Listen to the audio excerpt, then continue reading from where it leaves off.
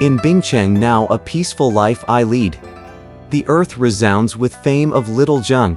When the fiendish king heard what was said, he smiled scornfully, saying, Prince, what method of longevity did you manage to cultivate, when you left your own country and followed that preceptor of state King Bodhisattva? Good enough, I suppose, to capture a water fiend of the river Huai. How could you allow those false and specious words of Pilgrim Son to goad you across 1,000 hills and 10,000 waters, and into surrendering your life here? You think you still have long life without growing old when you look me up. Enraged by what he heard, little Zheng picked up the lance and stabbed at his opponent's face, while the 4 great warriors also joined in the attack at once. The great sage Sun, too, struck with his iron rod. Dear monster spirit! Not the least daunted, he wielded his short, pliant, wolf-teeth club, and parried the blows left and right, charging forward and sideways. This was another fierce battle. The youthful prince, his mulberry white lance, and 4 even stronger red steel swords. Wukong, too, used his golden hooped rod to encircle together the fiendish king, who, in truth, possessed vast magic powers. Not daunted at all, he charged left and right. The wolf-teeth club, being a Buddhist prize, could not be harmed by blows of spear and sword. You could only hear the howl of violent gale. You could only see the dark, baleful air. That one in worldly lust would show his ability. That one steadfastly sought Buddha for the holy writ. They dashed about a few times. They battled now and again. Belched out cloud and fog. Concealed the 3 lights. Their anger and wrath would do each other ill. All for the 3 vehicles' perfect law. 100 arts engaged in bitter strife. The multitude fought for a long time, but no decision could be reached. Once more the monster spirit untied his wrap, and again Pilgrim cried out, Be careful, all of you. The prince and the rest of the warriors, however, did not comprehend what Pilgrim meant by be careful.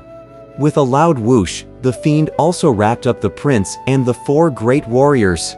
Only the prescience of Pilgrim enabled him to escape.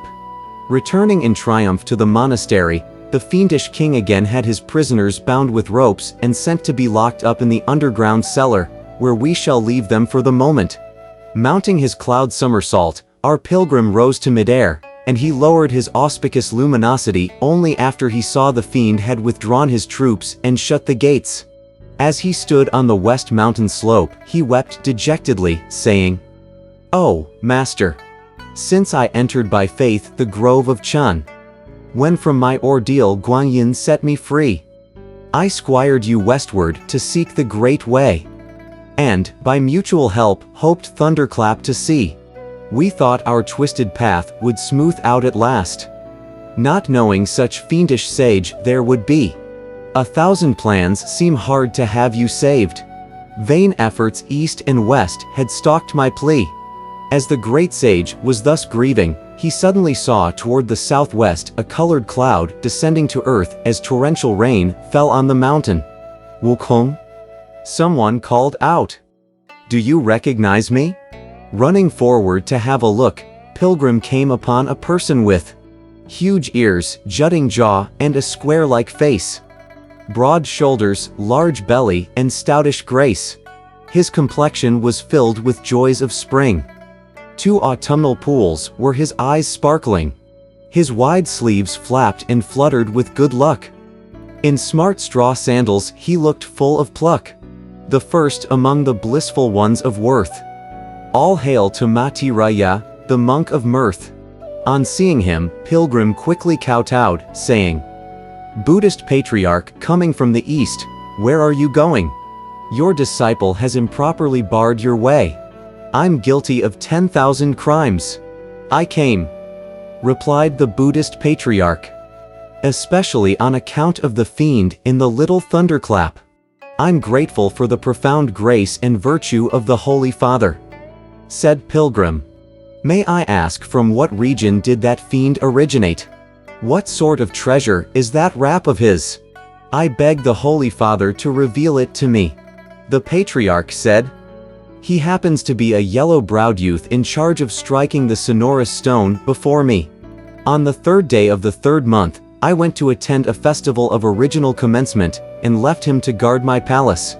He stole several treasures of mine, and, disguising himself as Buddha, became a spirit. That wrap is my fertility bag, its common name being, the bag of human seed. That wolf teeth club is the mallet for striking the sonorous stone. On hearing this, Pilgrim raised his voice to a shout. Dear laughing monk! You let this boy escape to give himself the false name of Buddhist patriarch, and to ensnare old monkey. Aren't you guilty of negligence in domestic governance? It is my negligence in the first place, said Maitreya. But it is also because you and your master have yet to pass through all your Mara hindrances. That is why 100 deities must descend to earth to inflict upon you your fated ordeals. I've come now to bring this fiend to submission for you. But the monster spirit, said Pilgrim, has vast magic powers. You don't even have a weapon. How could you bring him to submission? Laughing, Maitreya said, I'll set up below this mountain slope a grass hut and a huge melon field. You go to provoke battle, but you are not permitted to win when you fight with him. Lure him to my melon field. All my melons, however, will be raw, but you yourself will change into a large, ripe melon.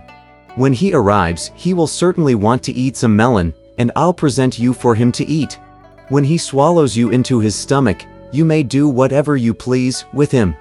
By then, I should be able to retrieve that wrap from him and take him back inside it. Although this is a marvelous plan, said Pilgrim, I wonder how you would be able to recognize the ripe melon that will be my transformation. Moreover, how would he be willing to follow me here? Laughing again, Maitreya replied, I'm the worthy who governs the world. How could my percipient eyes of wisdom not recognize you? You may change into whatever you like and I'll recognize you. But fearing that the fiend might not want to pursue you, I'll teach you some magic. What he most certainly wants to do, said Pilgrim, is to catch me with that wrap of his. He won't chase me here. What sort of magic do you have that will make him come here? Smiling, Maitreya said, Stretch forth your hand. Pilgrim stretched out his left palm. Dipping his right index finger into his mouth, Maitreya wrote on his palm the word, restrain, with the divine saliva. Pilgrim was told to hold his left hand in a fist, and open it only toward the face of the monster spirit. Then the monster spirit would certainly follow him. Holding fast his fist and obeying amiably these instructions, Pilgrim wielded his iron rod with a single hand and went before the monastery gate. Fiendish demon! He cried. Your Holy Father Son's here again. Come out quickly so that we may decide who's the stronger. Those little fiends again dashed inside to make the report. How many warriors has he brought with him this time? Asked the fiendish king. There are no other warriors, replied one of the little fiends. He's the only one. That little monkey has used up all his plans and exhausted his strength, said the fiendish king, laughing. He has nowhere to go to ask for help, and he has just come to give up his life for sure. After he had put on his armor properly, the fiend took his treasure and held up his light and soft wolf teeth club to walk out of the door. Sun Wukong, he cried. You can't struggle any more this time. Brazen fiend, scolded Pilgrim. What do you mean that I can't struggle anymore? I see that you have used up all your plans and exhausted your strength, said the fiendish king. You have nowhere to go for help, and you've forced yourself here to do battle. There won't be any divine warriors to assist you this time, and that's why I say you can't struggle anymore. Pilgrim said. This fiend doesn't know what's good for him. Stop bragging. Have a taste of my rod. When the fiendish king saw that he was wielding the rod with only one hand, he could not refrain from laughing. This little ape, he said. Look how mischievous he is. Why are you fooling around with only one hand? My son, said Pilgrim. You can't stand up to the attack of both my hands. If you don't use your wrap, even if there are 3 or 5 of you, you won't be able to overcome this one hand of old monkey." On hearing this, the fiendish king said, all right. I won't use my treasure. I'll fight in earnest with you this time, and we'll see who's the stronger." Thereupon, he raised his wolf-teeth club to rush into battle. Aiming directly at his face, Pilgrim let loose his fist before gripping the iron rod with both his hands. The monster spirit was immediately bound by the spell. With no thought at all for retreat or for using the wrap, he only had in mind using the club to attack his opponent. After delivering a weak blow with his rod, Pilgrim immediately retreated and the monster spirit chased him all the way to the west mountain slope. When Pilgrim saw the melon field, he rolled right into it and changed at once into a huge melon, both ripe and sweet. The monster spirit stood still and glanced everywhere, but he did not know where Pilgrim had gone to. When he ran up to the grass hut, he cried, "Who's the planter of these melons?" Having changed himself into a melon farmer, Mithriya walked out of the hut, saying, "Great king, I'm the one who has planted them. You have any ripe ones?" asked the fiendish king. "Yes," replied Mithriya. "Pick a ripe one for me to relieve my thirst," cried the fiendish king. Mithriya at once presented with both hands the melon into which Pilgrim had changed himself. Without even examining it, the fiendish king took it and began to bite at it. Using this opportunity, Pilgrim somersaulted at once down his throat, and without waiting for another moment, he began to flex his limbs. He grabbed the intestines and bent the stomach. He did handstands, cartwheels, and whatever he felt like doing at the time.